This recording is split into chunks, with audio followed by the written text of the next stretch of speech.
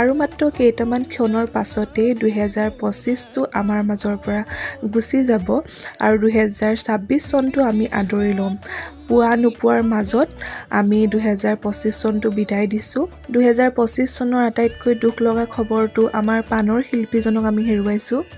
আৰু এতিয়া আমি আশা কৰোঁ 2026 চনটো যাতে সকলোৰে ভাল হওক। বাৰু যি কি নহওক, অকণমান আজি আমি বছৰৰ শেষৰ দিনটোত ওলাই গৈছিলোঁ অক্ষয় বেটাৰ কাৰণে কিবা কিবি কেইটামান কিনিব লগা আছিল ওচৰতে থকা জুডিঅ'খনলৈ। তাৰে দুটামান বস্তু পালোঁ, কিন্তু বেছি নাপালোঁৱে বাৰু। জানেই নহয়, সৰু ল'ৰা ছোৱালীক বহুত বেছি কাপোৰ লাগে আৰু একদম কম সময়তে ছুটি হৈ যায়। আৰু এইফালে আমাৰ অক্ষয়ক দেখিছে নহয়, গোটেইখন পিটপিটাই ফুৰিছে। আজিকালি তাক লৈ বজাৰ কৰা মানে আমাৰ গোটেইখন এনেকৈ দৌৰি ফুৰাহে হয়। আৰু এইফালে ঘৰ আহি পালোহি। অক্ষয়ৰ কাৰণে এটা চুৱেট শ্বাৰ্ট আৰু এটা দীঘল হাতৰ শ্বাৰ্ট আনিলোঁ। আৰু আমাৰ অক্ষয় বেটা টোপনিয়ে গ'ল। অলপ সময়ৰ পাছতে ৰাতিৰ সাজৰ যোগাৰ কৰিব লাগিব নহয়।